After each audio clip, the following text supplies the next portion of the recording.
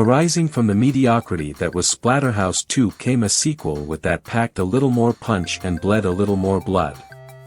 Namco picked up the rusty and cranky gameplay and polished it up a lot, creating not only the best in the series but a great fun beat-em-up that was absolutely crammed to the full with challenge, a ton of unforgettable action and most importantly a pile of unnecessary violence and gore.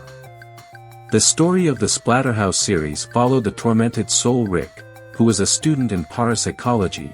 He and his girlfriend were researching a certain topic in parapsychology that brought out a great evil out upon them.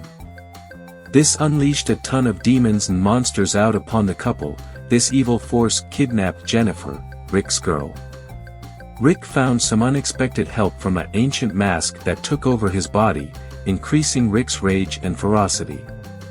Rick basically went around plowing through hordes of monsters, kicking the hell out of them with his fists and any other weapon he found lying around in a desperate attempt to save his girl.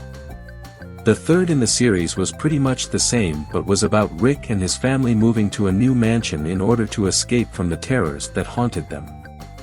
This time thought the creatures came back in and a satanic creature known only as the Dark One, ooh. I like saying that, decides to perform some ritual involving Rick's family which will probably doom the world etc. So Rick dons the Hell Mask again in order to save his kidnapped son and wife and stop the Dark One from turning the world into Satan's backyard. The other Splatterhouse games involved you walking in one direction and punching the first thing that came at you. Most things died almost instantly and Rick only had a few moves to pull off in order to combat creatures.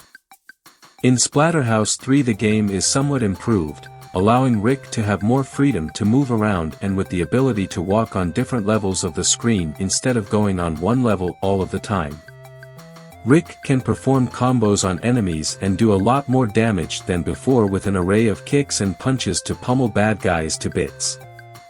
You start on the first floor of the mansion and work your way up with the floors until you eventually go down to the basement to face the Dark One and something else even more blood-churning and plot-twisting than ever before. Every floor has multiple rooms for you to go through and most rooms contain a host of beasts for you to rip to shreds. You will be given a map, which will show you which route to take and you'll have to get to that point in 5 minutes or the family member that you are trying to save will die. You'll have to follow the map from room to room until you get to end where you will face a boss. The final result will depend on if you rescue Jennifer and the kid. You can pick up a variety of weapons and other objects to aid you in your quest. Blood-stained baseball bats, cleavers and pipes will lie around various areas of the game. Picking a weapon will ultimately give you a nice advantage over creatures. After punching an enemy for a while there is nothing more enthusing than hitting than smashing a zombie's head in, with blood splattering all over the place in delicious splendor. No shotguns though, with shotguns this game would have been over the edge.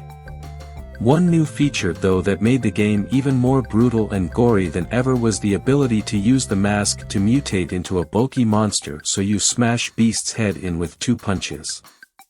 If you find a blue orb lying on the floor and pick it up then it will increase your power gauge. When it's full you can press A to mutate into this monster. It's best to charge the power gauge to the top and use the mutation to fight the boss of the floor because it sure makes the bosses a lot easier. The ghoulish creatures range from hideous headless zombies that can be taken down in a few punches or swings. Others are overweight creatures with humongous jaws that clamp down with fury. Beaked creatures will slide across the floor, tackling you down. Other monsters will rise up from pools of blood and attack with claws. You can smash their head in with a ton of punches and with 2 baseball swings you'll have no bother. Some bosses are odd, to say the least.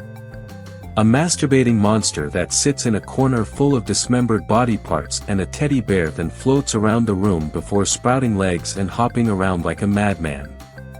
The last boss is something that was really unexpected and definitely something that you should play to end of the game to see and concludes the Splatterhouse series permanently and it all makes sense. Splatterhouse 3 is a great swing in a new direction with enhanced features in the gameplay and a more demonic story. It makes the game a lot more fun to play. If you like violent games, then don't miss out on Splatterhouse 3, it's the cream of the crop when it comes to 16-bit beat-em-ups and is easily more fun than Final Fight and Streets of Rage. However, if you aren't a fan of distressing deaths and piles of fun and gory fights, then Splatterhouse isn't for you. However, if you're man enough to play through this gorefest and conquer the immense difficulty, then it should be in your collection. Splatterhouse is a series that I've liked the idea of more than the reality. Outside of its blood and gore, the original Splatterhouse was an average brawler. The second game was better, but the incredibly high and unfair difficulty was off-putting. For the third game in the series, Namco changes up the formula, introducing a structure unique to the genre. For the most part it works, but Splatterhouse 3 is let down by an overbearing difficulty that, while not as bad as the previous game, prevents it from being as great as it could have been. Years have passed since the last time Rick donned the terror mask to save Jennifer. The two are married, have a child, and also own a mansion in Connecticut. But things soon go awry when the evil one invades his home and takes his family hostage. Rick must now don the terror mask again, but little does he know it has an agenda of its own. Splatterhouse 3 more closely resembles a traditional side-scrolling brawler than previous games. The action is not on a single plane and enemies are more resilient. To go along with this, Rick has a larger arsenal of moves to pummel them into submission. In addition to the combos and throws, the most important move is the spin kick. The motion is hard to master, but once you do, the damage it inflicts is so high it becomes crucial to get a decent ending. Weapons return but are not as common. But Rick has one last trick up his sleeve. Collecting pearls will fill your power bar. At any time you can use it to change into Monster Rick. In this form all of your moves are enhanced and you take reduced damage. These attacks are brutal. Rick chokes out monsters and can deliver a mean gut punch that doubles them over. It only works in the current room but is worth it to save time. Power is so common that using Monster Rick frequently is good strategy rather than saving it for the end-level bosses. The biggest change comes in terms of the game structure. Each level takes place on a different floor of the mansion. Clearing each room of enemies will often present you with a number of choices as you chart your own path to the end-level boss. Each floor is huge, often comprised of as many as 20 to 30 rooms. There are dead ends which usually lead to power-ups, as well as yellow warp doors that send you to other parts of the map. Forging your own path is extremely cool, especially when weighing the risk-reward factor. The straight path is usually fraught with stronger enemies. Taking a roundabout route is easier but will cost you time. And time is the most important factor in Splatterhouse 3. New to the series is a timer on each level. The clock plays an important role for a few reasons. In terms of story, you have to reach the end-level boss within a certain amount of time to save both Jennifer and David in the first 4 levels. As you progress, the game updates you on their condition and you will know when you fail. This leads to multiple endings. The only free stage is the 5th, where you can explore at your leisure. Completing each level in a certain time frame will also take you to stage X, where you can earn extra lives. It is worth it, but the chances of you seeing it are slim. Namco would make some changes in localization, some for the better and some that make it worse. The spin kick is significantly stronger, to the point it kills most enemies in 1 or 2 hits. In addition, the animation is longer and you are invincible during its animation.